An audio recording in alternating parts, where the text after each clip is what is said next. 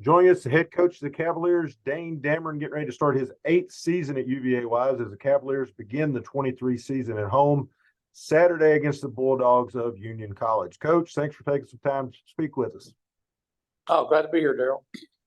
Coach, I think the key to any camp is getting out of it healthy and installing some things that you and your staff want to install. So we'll start there.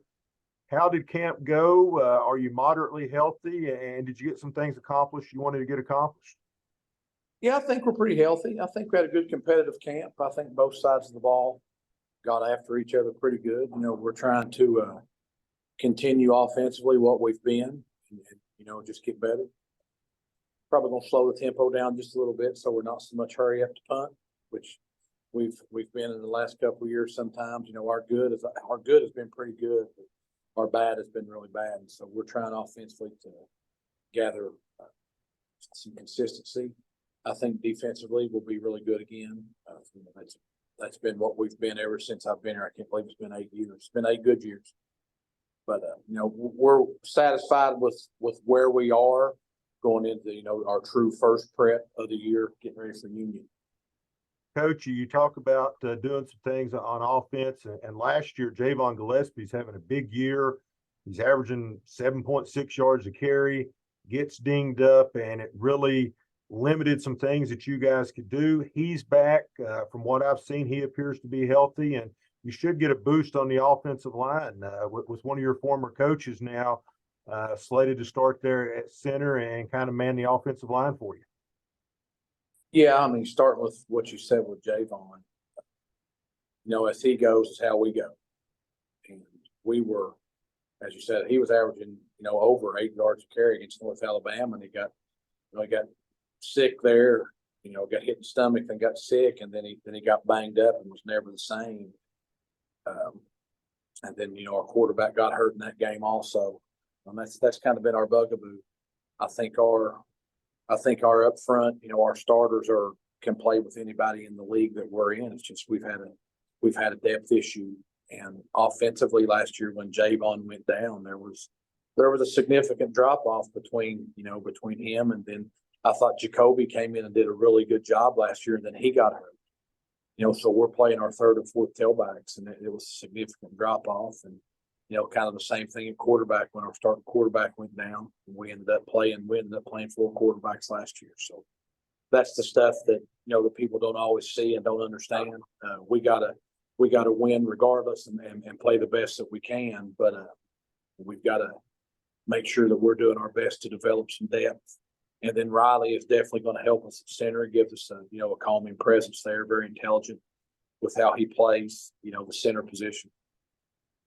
Coach, expand a little bit on your running back group there a little bit, and some practices I've been to and a little inter-squad stuff that you guys have been able to do. Kind of a surprise to me, and I'll let you elaborate. A former UVA-wise baseball player, Shaheem Pennell, comes out, and he's looked pretty good at the practices I've been at. Yeah, Shaheem's been a pleasant surprise. He's built like a running back. He has 100% been a surprise and a good surprise, one of those kind of surprise, So he's been really good. Tyreek Hall, a freshman, has got a lot of ability. He's a little bit behind in the learning curve right now, just has to mature and learn some things. Xavier Lomax, we knew what we were getting with Xavier there. Hard-nosed runner. He's an A-gap to A-gap type kid, so he does some good things. And a pleasant surprise also has been Ian Scammell from Grundy High School here locally. He's been a really good get for us, and he's a kid that figures in with us playing this year. So I think our running back depth is the best it's been. Javon by sure is our best there, but I don't think there's as big a drop off from him to our number 2 as we've had. And so we got to make sure that we give him enough carries, but try to keep him healthy to get further into the season. Coach, switching gears here a little bit, looking at the Bulldogs. Obviously, they played a game last week, being an NAIA school. They won 27-0. How much does that benefit you and your staff to have some tape on them that you can go and evaluate, because they did play last week, to get set here for your season opener? Well, it gives us a reference point instead of having to go off of last year. when coaching staffs don't change that much, there's usually not that much difference what's going on. You know, they can watch our film from last year and see who we are. They've got a new defensive coaching staff, and so that helps us a little bit. So we've tried to dig in and find what we can. But we just got to take care of us. First game, you never know what's going to happen in this first game. Turnovers, special teams, those are the things you always hear coaches talk about the first game of the season. So we're concentrating on us. I know Union's concentrating on them. They're going to come in here a confident football team, but they should be. They were 0-11, I believe, last year, and they get a chance to start the season with a W against a team that beat them pretty handily last year. So they'll be full of confidence. They'll come in here and play hard. I think athletically, they got some kids that run around very well. So we're going to play very good to have a chance to win. Special teams, you brought that up a little bit. We'll hit on that a bit. Last year, program record 50-yarder from your kicker, Kellen. And talk about special teams, how comfortable you are with Kellen there at place kicker and kind of how things are looking in the return game and punter. Well, yeah, I'm very comfortable with Kellen. I think I just told him if we get it to the 25, we got to feel like we got 3 points. That's a 42-yarder, and so that's kind of our line of demarcation, if you will. We feel like we got to drive the ball to there. Then anything after that is gravy. I wouldn't say punter's a concern. We're just breaking somebody in. I saw enough of Drew Vermillion over the last 4 years. Love the kid to death, but he was on the field way too much. And I'd love to have him back, but would like to not see him as much. But Ethan Lester and Jake Marcantel are battling to be the punter. I'd say right now, Jake has got a leg up on him. No pun intended. He's done a really good job. He's hitting it pretty high with some good hang time.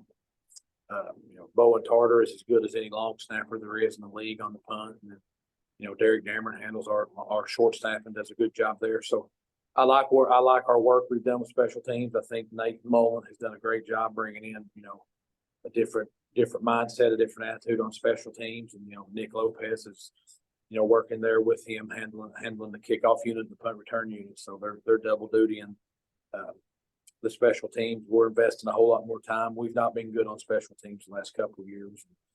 I've quit messing around with that and gave that to those guys, and we're spending more time than we've ever spent on it.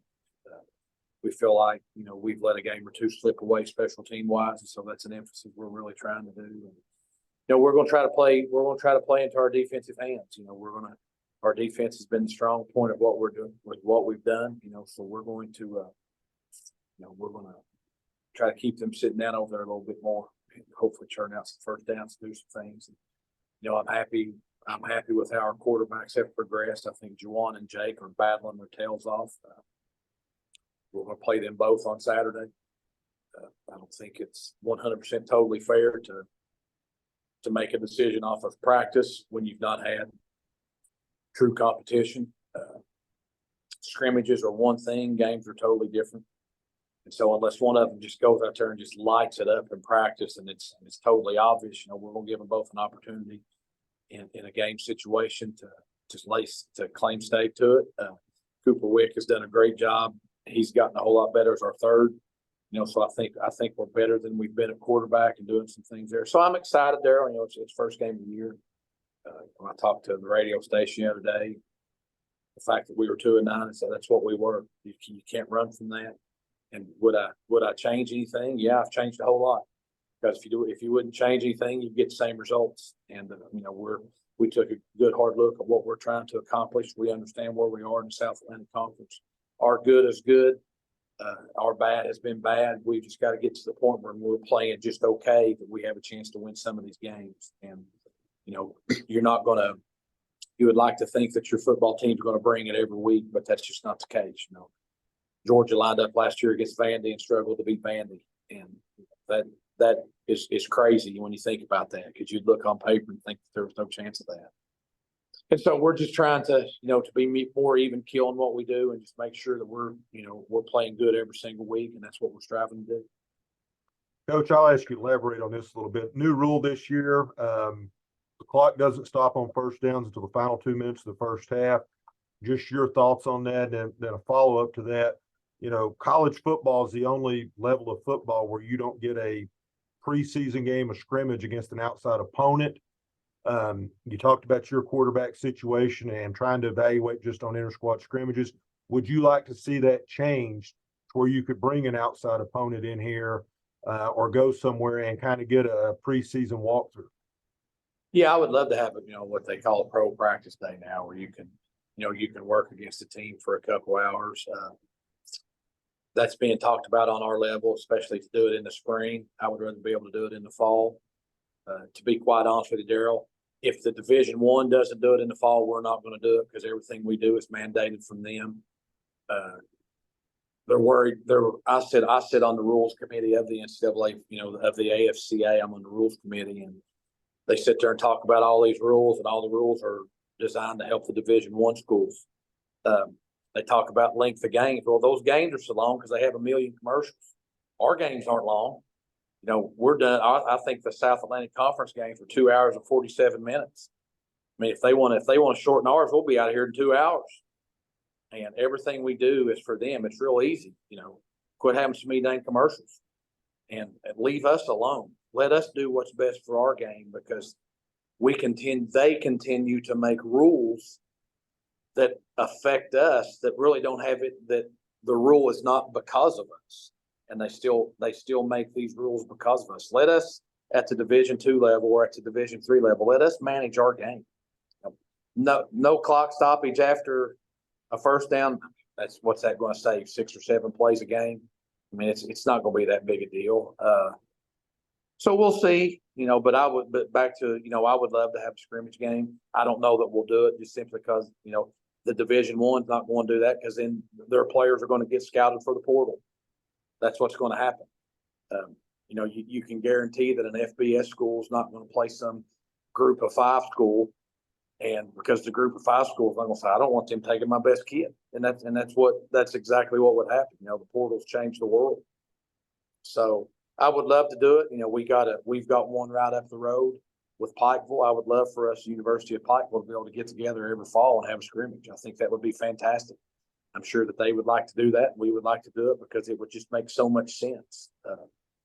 Football is so much different than every other sport. They won't let us do that. I don't know why.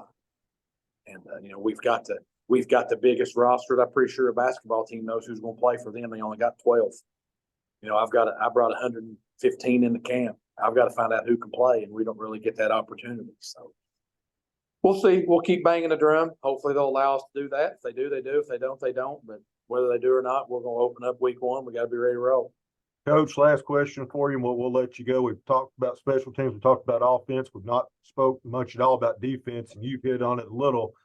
And I agree. I think it's the strength of the team. You have a lot of guys on the defensive side of the ball that have played a lot of football for you. And I think there's still room to grow and a very high ceiling for that group. Oh, I think so too. I've told everybody that's wanted to talk, about us. We're a program that's built on defense. We've got more money spent on the defensive side of the ball, scholarship wise, and we do have a lot of kids that's played. The crazy is we're young as we can be on defense with a lot of experience, which is kind of an oxymoron. But Coach White and his staff do a great job of putting people in some binds. With the fact that I'm much more heavily involved in the offensive side of the ball. I've gotten a heavy dose of it, and so I'm excited about those guys over there. Defensive line wise, we've got a lot of kids that can play. Linebackers, we've got a lot of kids that can play, and I think our safety position is as deep as it's been. So we're excited about that. We're excited to watch those guys pin their ears back and go get after the football. Kickoff Saturday, season opener, 7 o'clock against Union College from Carl Smith Stadium. Coach, good luck, and we'll catch up after the game. Thanks, Daryl. Appreciate it, bud.